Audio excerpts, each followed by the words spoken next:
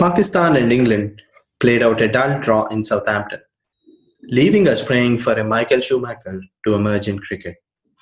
The rain was probably symbolic of an Indian legend leaving the international game.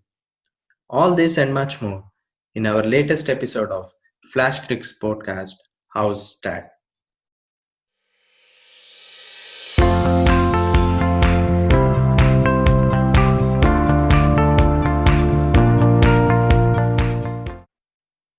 This is Sridhar Bhamidi.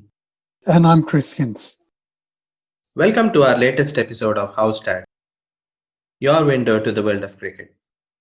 Southampton saw torrential rain, so much so that the locals are now demanding a test match every summer. A little over 130 overs only were possible, as the players from England and Pakistan ended up reading the entire MCC manual twice over. Whether they begin to use that in the third test or not is anybody's guess.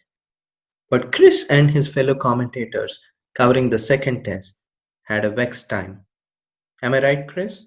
Well, it certainly was frustrating, and along with my co-commentators Sean and Aaron, there were a few of our own Flash Cricket viewers who voiced their opinion on what should be done to really speed the game of cricket up with modern times in terms of adjusting to a rain delay.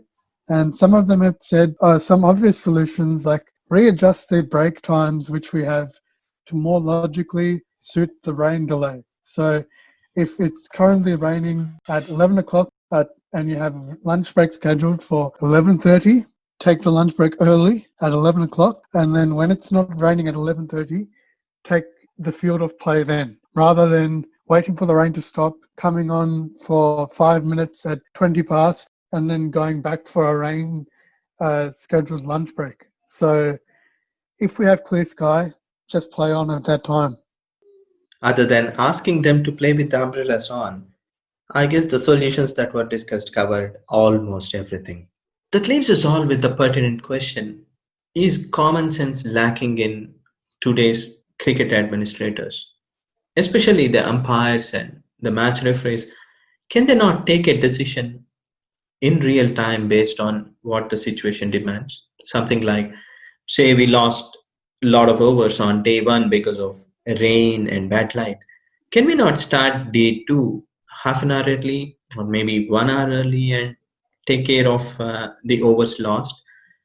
Why can't people take common sense decisions like these rather than concentrate on, the big tickets like covering an entire stadium, having a different colored ball, have a pink ball whenever the floodlights are on? These are all the tough decisions. Why not take common sense decisions? And this also includes the one that Chris has just mentioned: take a break when it is raining, and when it is not, have the players come on the field, play for whatever time you have, and then when it is raining, take the break again. Isn't it very simple? At least that's what we believe it is, right, Chris? And certainly with the Test Match Championship points on the line, and we're coming to the end of the cycle, every point is crucial.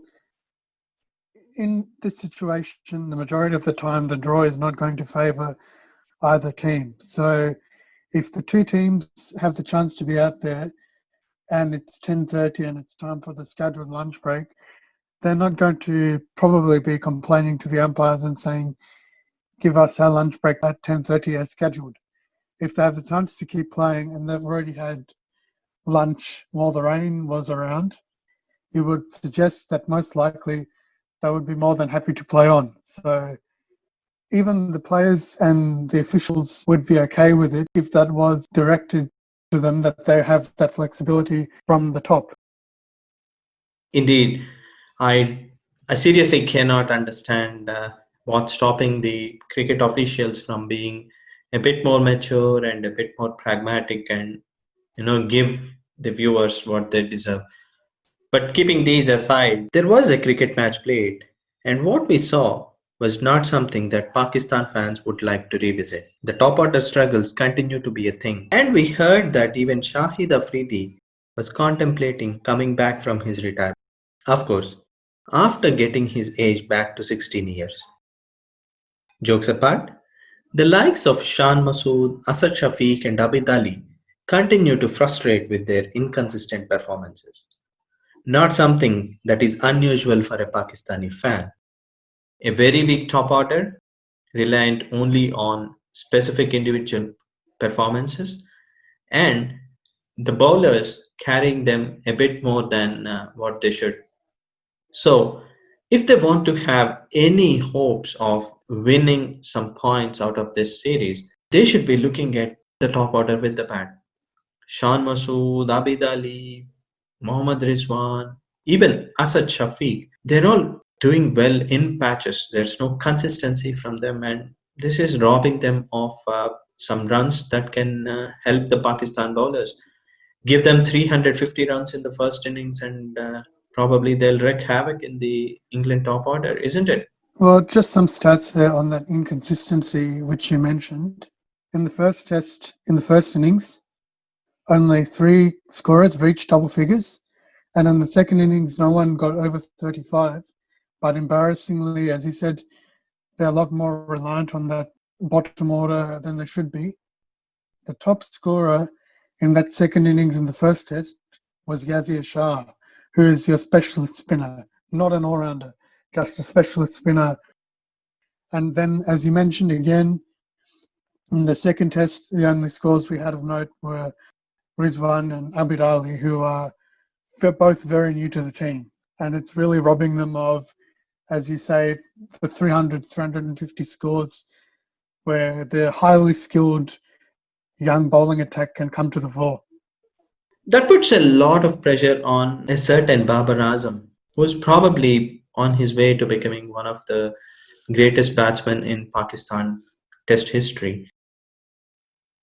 I know Fab 4 is a myth because Steve Smith is making it look more like Fab 1 and the rest 3.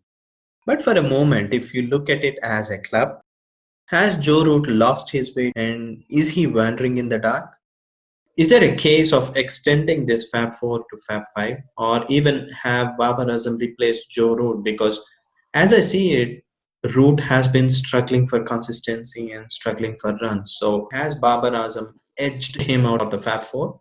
Well, it would be possible to make an argument for that, Sridhar, because Joe Root certainly hasn't necessarily had a failure in the last 2 years or 3 years, but his average over that time suggests that the big scores that he usually makes are absent and replaced by smaller scores. So in 32 matches from 2018 to now in 2020, he has an average of 39.89 and 4 centuries. And Babar Azam in the same period has played nearly half the matches, 17 matches, and averages one-third better, 62.33, and has scored 5 centuries. So nearly half the time he's scored an extra century as well and has really matched him.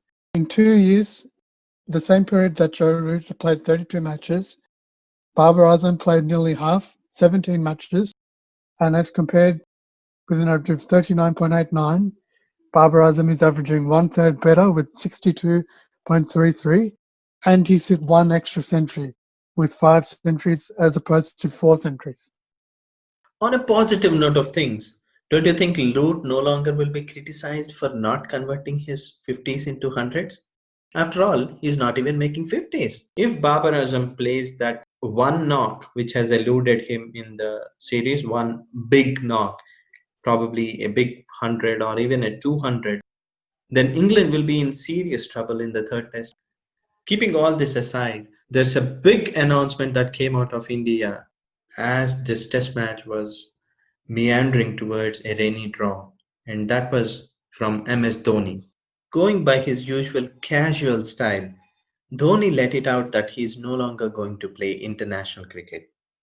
I know that's an open secret that Dhoni would retire this season, but has COVID 19 hastened his exit? What are your thoughts on this, Chris?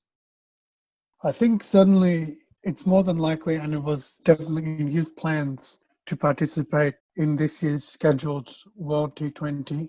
But the unfortunate fact is that that wasn't possible. It's certainly possible that he has been robbed of participating in the World T20, given that it has been rescheduled. But in terms of the personnel he's leaving behind to take the ascendancy for him, he's got a very capable wicketkeeper in the hands of KL Rahul and a very capable leadership in the hands of Virat Kohli. So I think he has retired maybe a bit earlier than he would have liked, but he's not necessarily retired too early because there are the personnel in the team to replace him. Oh, Chris, don't even dare to tell MSD fans that India have a ready-made replacement in KL Rahul or anyone else. There'll be a legion of fans making an overnight trip to your suburb and stalking you for the next fortnight, so be aware.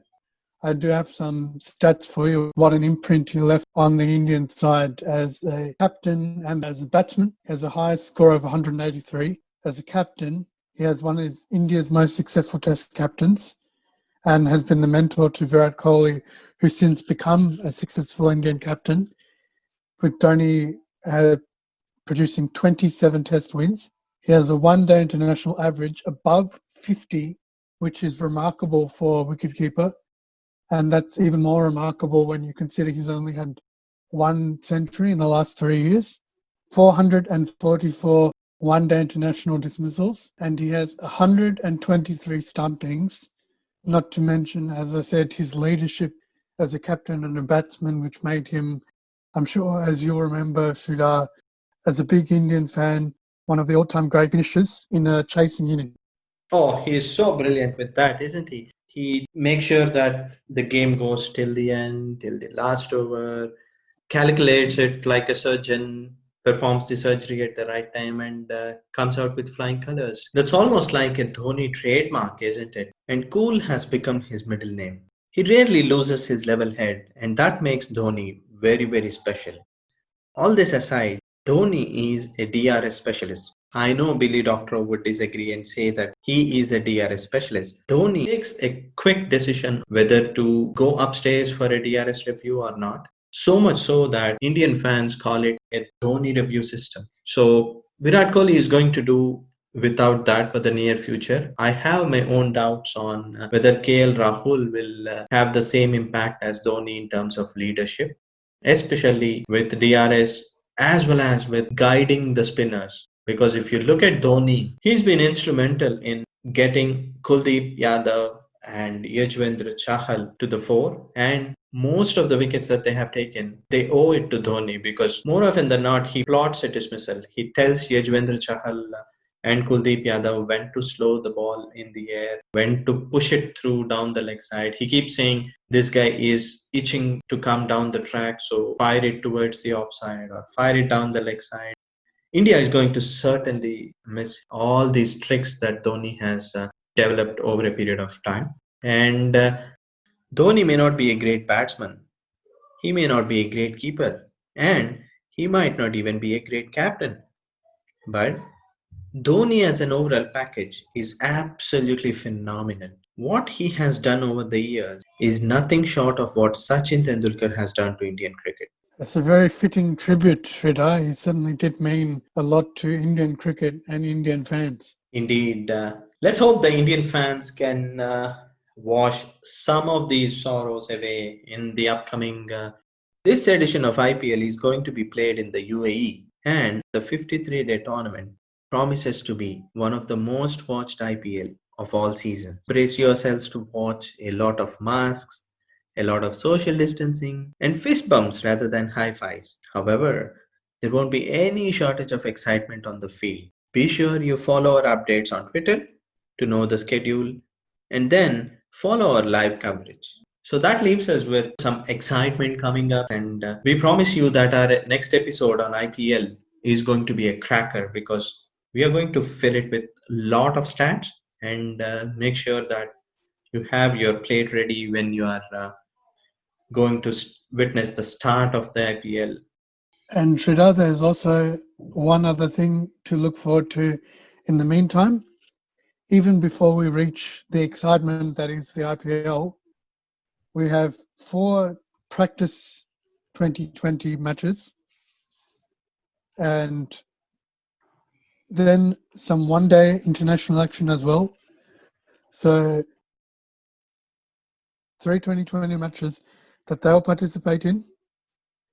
And then, as I said, we have another 2 for Australia, 3 for Australia, and then Australia remain in the UK for 3 one-day internationals. So that will all take place just before we begin the IPL. Ah, yes. Australia versus England. That eternal rivalry which we can never get enough of. Don't rub it on me by saying that England are the current world champions. Let's leave that to Nick to pinch when the series begins. All I can say right now is that Australia are coming in with a revenge mission and are going to set the record straight. Watch out, Sir Nick. You may have to go on a recruitment drive, maybe to South Africa again. We hope you liked our episode, and we hope you join us for the next episode, which is going to be on the IPL. And much before that, join us for every cricket match that is happening around. Until that time, stay home, stay safe. Stay safe in this difficult time.